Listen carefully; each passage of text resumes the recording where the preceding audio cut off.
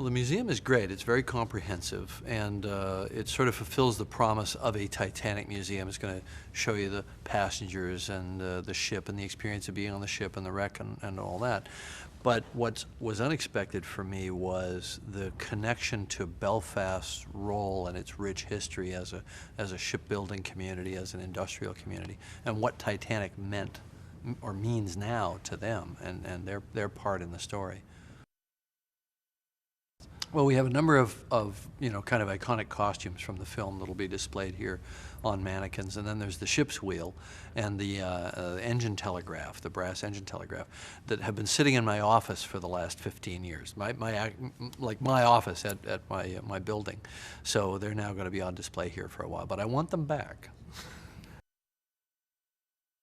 Well, look, I think that the 3D Blu-ray format is phenomenal. I couldn't have even dreamed that we would have this technology, when we set down the path of making Titanic originally. Even when we started the conversion process a few years ago, it wasn't clear that there was going to be such a home market so early on. There was such good, the clarity, the depth, and so on. I think where we get lucky is that we spent a lot of extra time and energy when we converted the film to putting as much depth in as possible.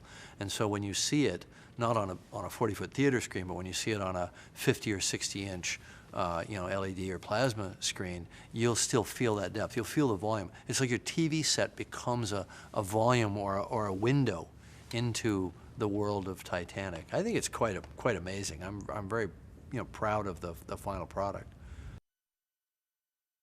Well, there are a lot of deleted scenes, and there are a number of them that are historical moments that were known to have happened. And ultimately, as we were cutting the film, we focused closer and closer to the Jack and Rose story. I think for obvious reasons. There's one scene that we took out of the Jack Rose story where he walks her back to first class, and he can't go past that barrier, and he has to sort of let her go back to her world, sort of back to the castle. And it's a lovely scene. It's about 3 or 4 minutes long. And it's not that it broke my heart to take it out. I knew it had to come out, but it's nice to see it back, see it completed with all the star fields added and so on, all the visual effects finished. Well, I think when you set yourself the task of doing a Romeo and Juliet type, doomed young lovers story, you've got to have great chemistry, and so it was so critical, the casting was so critical to the success of this film, and it's so hard to admit for a director who plans everything so meticulously and can do all the visual effects and all that so much of your enterprise it really hinges on that chemistry, just what's in their eyes, just and what they're not saying between the lines, that you feel the tension, the sort of sexual tension, the emotional tension between them. It's so important. So, the casting process is always somewhat mysterious and scary. We found Kate, and just we're in love with Kate for Rose, and then she read with Leonardo, and the sparks were very obvious. He only read the scene once. And she came to me afterwards and practically grabbed my lapels and said, "You have to cast him." And we did, fortunately.